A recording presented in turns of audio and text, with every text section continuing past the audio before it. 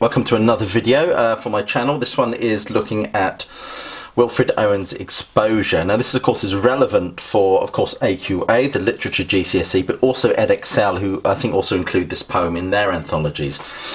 First of all, I mean, you've got to remember Wilfred Owen is a war poet. He died in the First World War. He died tragically just before the First World War ended. And remember, you do get marks, just a few marks for context, so it's worth including a little bit of contextual framing. Now, of course, Wilfred Owen often wrote about the horrors of trench warfare. He famously said, "My subject is war and the pity of war," end quote. It's certainly worth including in your response, especially if you want to get those contextual marks.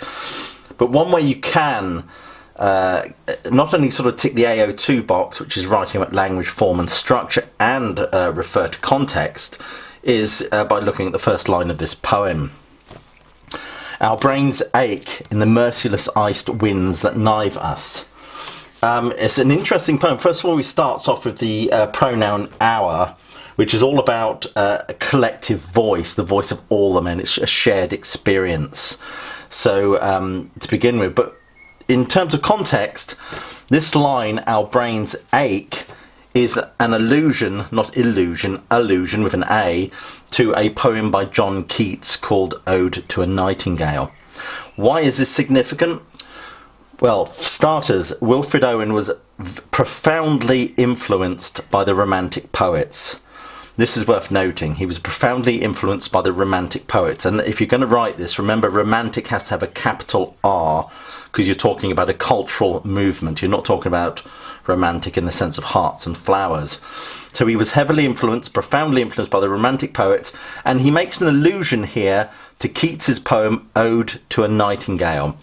Now, why that's interesting is because the Romantic poets had a tendency to view nature as something benign and something that's they almost deified nature in many respects. They saw it as something that is should be privileged over man-made constructs, really. So here, and in this poem, the opposite is true. He portrays nature as something that is deathly and aggressive. He refers to it as the enemy here, which is ironic then. So in order to get your context marks, you could say the first line of this poem is an allusion to John Keats's poem Ode to a Nightingale. Wilfred Owen was heavily influenced by the Romantic poets, but in this poem he inverts the Romantic idiom by portraying nature as something that is aggressive and negative. Well done, brilliant. That's marks in the bank straight away. So we look at the line. As I said, it starts with our. We've got that sort of collective voice, that collective experience. Our brains ache. I mean, this stanza focuses on a lot to do with confusion and disorientation. In the merciless iced winds that knife us. So the merciless iced winds, again, that's just one of many examples of personification in this poem, where the nature is personified as something that is hostile. Wearied we keep awake because the night is silent. And I love these ellipses here. It's a structural point to make. These ellipses here is it suggests waiting for something, which of course is one of the themes of the poem. They're just waiting and nothing is happening. And that's another irony that is worth pointing out. They keep saying but nothing happens.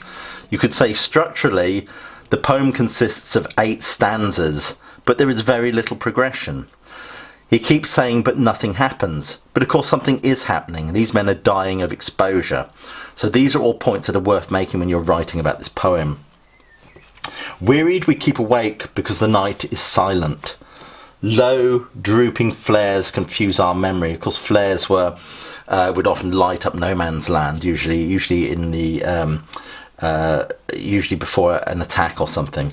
Confuse our memory of the salient. And now it's interesting here, of course, you've got these references to my brain, our brains ache, confused, memory, curious, nervous, all this to do with feeling disorientated. And interesting, he talks about our memory of the salient. The salient is the enemy, and the fact that he says he's talking about our memory of the salient suggests straight away that it's been a long time since anything has happened. Worried by silence, sentries whisper, curious, nervous. And again, it's a lovely line. Worried by silence, it speaks of the anxiety of the men in the trenches. Sentries whisper, curious, nervous. Notice that repetition of the sibilant S.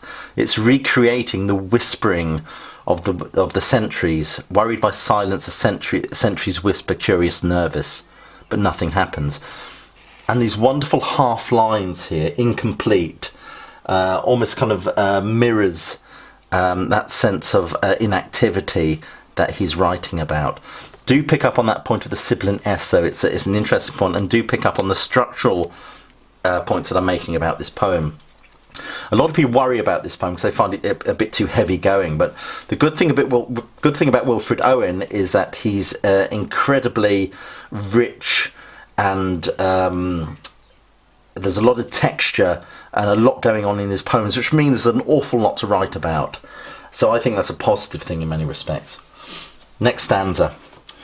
Watching we hear the mad gusts, again, personification, tugging on the wire. Of course, the wire here is barbed wire, like twitching agonies of men. It's quite a disturbing simile, isn't it, among its brambles. Here the conflation is complete of wire, war, and brambles. Nature is made here, but also the twitching agonies of men amongst its brambles. There are so many stories during the First World War of soldiers being tangled in barbed wire and just shot to pieces by the machine guns. So I often wonder if he's referring to that. But it's a disturbing simile, like twitching agonies of men among its brambles.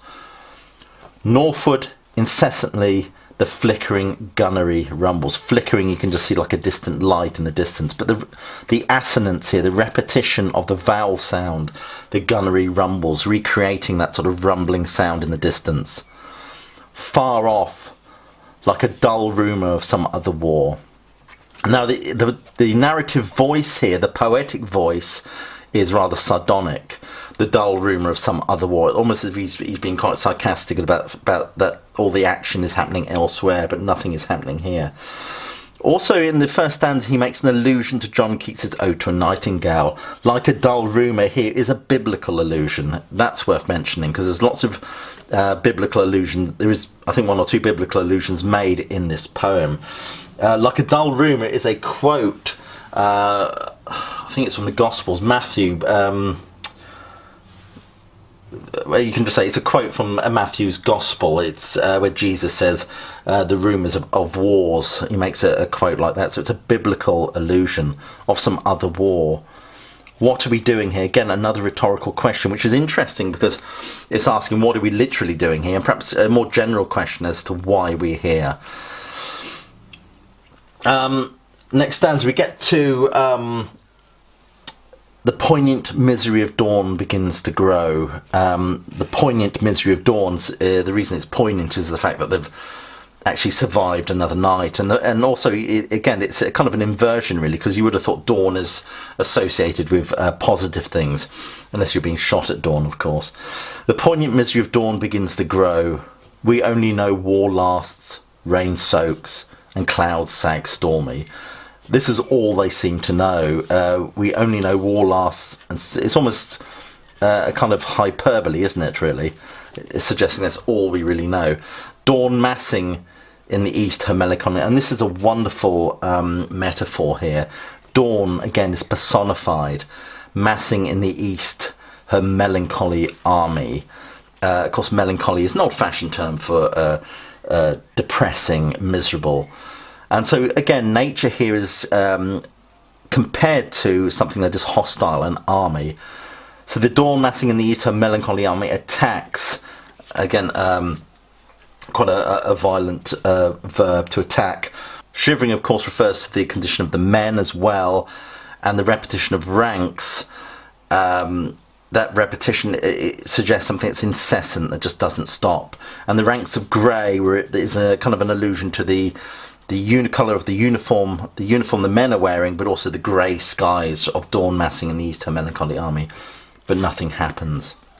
Then we get the next stanza. Sudden successive flights of bullets streak the silence. That wonderful, again, sibilant sound, which recreates the sound of the bullets zipping over your head. And there's another thing that's really interesting structurally about this poem is look at the rhyme. Nervous, silent, salient, brambles, rumbles, wire, war. This is what you call half rhyme. Now the reason he uses half rhyme, or poets use half rhyme, is it has a sense of incompleteness about it. It has a sense of it's not satisfying. It has a sense of it's unsettling. And that's the whole point of this poem. He wants it to be unsettling and uncomfortable. So that's why half rhyme is used. You think about full rhyme. Full rhyme is like cat, bat, dog, frog. It has a kind of a sing-song quality to it. Here he's specifically used half rhyme because he wants you to feel unnerved and unsettled by the fact that it seems somehow not quite right. So sudden successive flights, that wonderful sibilant, less deadly than the air that shudders black with snow. That can the air really shudder? It suggests that it's very dark and overcast with weather and shudders black with snow. And that's interesting, of course, because snow is usually white, and white has connotations of something that's pure and innocent. But black with snow, black has kind of deathly connotations. With sidelong flowing flakes that flock, lovely alliteration there that sort of almost suggests the relentlessness of the snow. Pause and renew. We watch them wandering up and down the wind's nonchalance. Again, the wind is again personification. Nonchalance meaning just not caring or not particularly interesting, but nothing happens. Then we get that wonderful stanza. This is a vile image, really, isn't it? It's a disturbing image, is a better word. It's a disturbing image. Pale flakes with fingering stealth come feeling for our faces. It's almost deathly. Pale has deathly connotations to it. And can you imagine the flakes of snow, something cold fingers touching their faces when they're trying to sleep? It's got that very horrible nightmarish. It becomes almost this nightmarish and disturbing image here. It has very deathly connotations. We cringe in holes. The men here are dehumanized. They're like animals. Back on forgotten dreams we stare, snow-dazed, deep into grassier ditches. We get the caesura there, the full stop. We drowse, sun-dozed.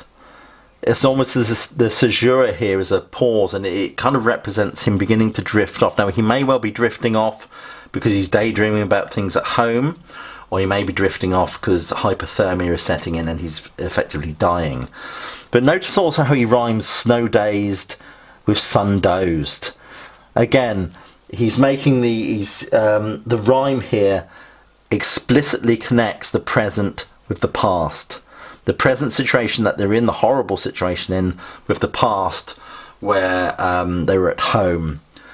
Then he goes on into this like reverie, if you like, about this dreamlike state. It has an almost dreamlike aesthetic to it, this next couple of stanzas, all reminiscent perhaps of somebody who is suffering from the effects of hypothermia.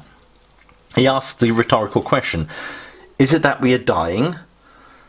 Well, that could well be what is happening here, but it could also be an answer to the question at the end of the second stanza. What are we doing here? Is it that we are dying? It could be answering that rhetorical question. And this is a lovely line as well. Slowly our ghosts drag home. That assonance, again, that long O sound, it suggests painful, something painful and suffering. Again, we get the caesura here. Glimpsing the sunk fires, sunk meaning they've gone out. The fires have gone out, glozed with crusted dark red jewels. The fires have gone out, so there's no warmth from the fires. They just look pretty, but there's no warmth. Crickets jingle there is a line I don't really understand. I think he's flip-flopping between the present and the past, which shows his sense of disorientation.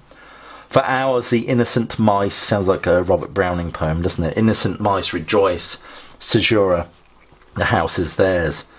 Shutters and doors are all closed. The caesura. Again, it's quite significant, the caesura here, structurally, because it's almost like this memory, this life at home is shut on them, and they have to turn their back to their present reality, which is dying of hypothermia. On us, the doors are closed. We turn our back to our dying. Then we get the penultimate stanza here. Since we believe not otherwise, can kind fires burn. It seems like a kind of philosophical reflection, this stanza. Now ever some smile true on child fruit, field or fruit. And before it, I mean, look at the imagery he's using, the houses, the innocent mice. It becomes almost dreamlike, natural, sort of bucolic quality to it. You know, he talks about the natural world, which is, you know, you get marks by noticing contrast. Notice how he writes about nature in these two stanzas, but how he portrays nature in the previous stanzas. Worth pointing out. Since we believe not otherwise, can kind fires burn. Now ever suns smile true on child or field or fruit. It becomes like I said, almost like a romantic, with a capital R, a bucolic sort of picturing. For God's invincible spring, our love is made afraid. Therefore not loath we lie out here. Therefore we're born. For love of God seems dying. Well, this last line could be that our love for God seems dying, or God doesn't care for us at all, possibly, to put us in this situation. Lots of references to religion, of course, here. We are reminded of the biblical allusion earlier. But this is often, when we think about God and Christ, we're thinking about sacrifice.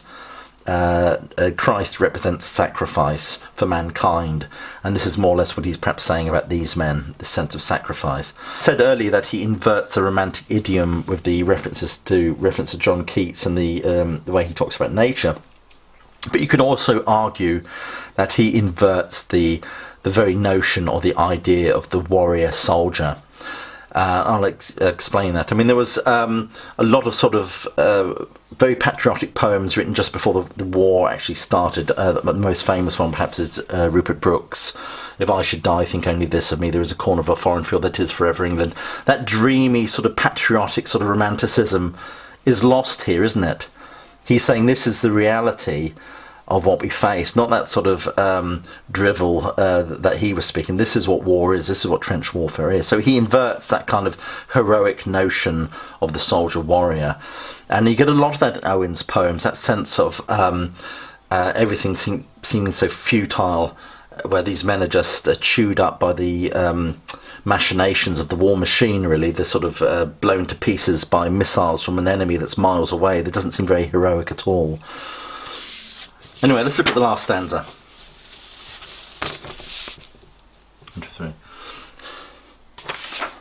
Anyway, the last stanza, of course, is very deathly, has deathly connotations. Tonight the frost will fasten on us, suggesting there's no warmth, there's no bodily warmth, and the mud shrivelling many hands. It's a vivid and dramatic image of people's bodies affected by exposure, and puckering foreheads crisp. It's again, a lot of the men will not have made it through the night. The burying party picks and shovels in shaking grasp. Shaking could suggest cold, it could also suggest fear. Pause over half known. Again, that compound adjective there, half known, almost represents a sort of sense of no longer caring by the men that have to bury the bodies. They've kind of been desensitized to it. The half-known faces, caesura.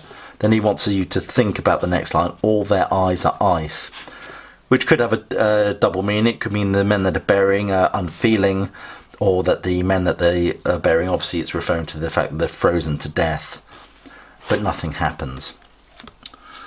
As I said before, it's quite ironic that he says nothing happens. Something is happening. It's a slow process of them freezing to death. That is what's happening in this poem. Anyway, it's a cheery one.